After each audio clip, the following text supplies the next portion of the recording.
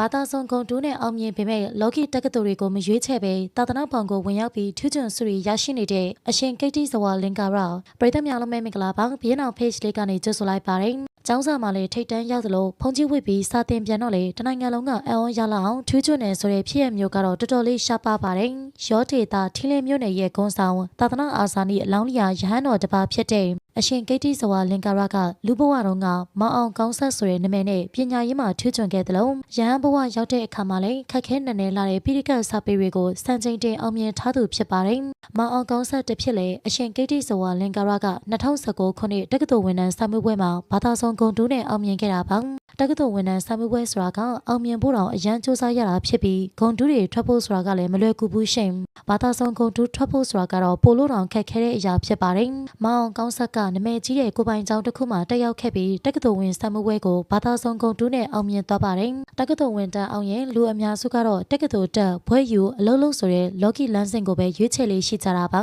ဘာသာဆောင်ဂုံတူးထွက်ရင်တော့စေတက္ကသိုလ်တက်ပြီးဆရာဝန်ဖြစ်အောင်စူးစမ်းကြတဲ့သူတွေလည်းရှိပါတယ်။မောင်အောင်ကောင်းဆက်ကတော့ထူးခြားတဲ့လမ်းခွဲတစ်ခုကိုရွေးချယ်ခဲ့ပြီးမြင့်မြတ်တဲ့သာသနာ့ဘောင်ကိုဝင်ရောက်ပြီးရဟန်းပြုခဲ့တာပါ။ရဟန်းဘဝကိုရောက်တဲ့အခါမှာအရှင်ကိတ္တိဇဝါလင်္ကာရဆိုတဲ့ဘွဲတော်နဲ့စာသင်သားရဟန်းတစ်ပါးဖြစ်လာခဲ့ပါတယ်။ထူးခြားတာကတော့လူဝစ်လဲလိုက်ပေမဲ့သူ့ရဲ့စာဖတ်အားညံ့အားကရော့ကျသွားခြင်းမရှိဘဲပိုပြီးတော့တောက်ပလာတာပါ။အရှင်ကိတ္တိဇဝါလင်္ကာရကဇီတီရင်ကအဘိဓမ္မာစာသင်တန်းကိုတစ်နှစ်ထဲနဲ့အောင်မြင်ခဲ့ပါတယ်။ရဟန်းဝစ်ပြီးနှစ်အနည်းငယ်အတွင်းမှာလည်းလင်္ကာရဘွဲကိုလည်းရရှိခဲ့တာပါ။ဒါရင်မကသေးပဲတာမဏေကျော်30မှာပထမဆင့်နဲ့ဒုတိယအဆင့်ကိုပထမရခဲ့ပါတယ်။တာမဏေကျော်တတိယအဆင့်ကိုရိုးရိုးအောင်မြင်ကတာမဏေကျော်ဘွဲကိုရခဲ့ပါတယ်။တာမဏေကျော်ကိုနှစ်မချပဲအောင်မြင်ကပထမလက်တန်းမှာတနိုင်ငံလုံးပထမ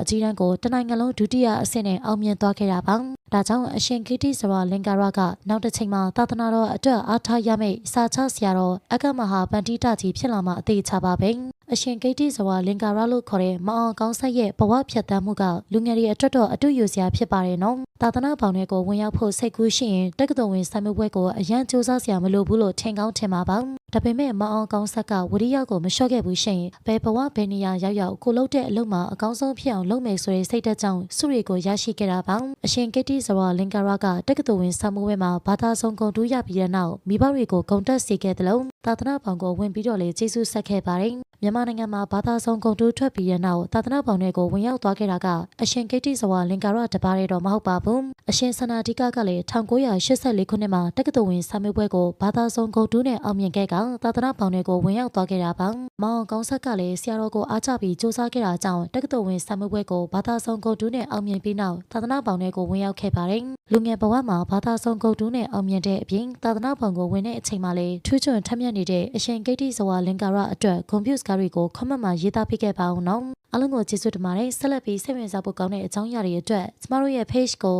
like and follow လေးလုပ်ခဲ့ကြပါအောင်နော်။နေ့ရက်တိုင်းအတွက်ပျော်ရွှင်ပါစေ။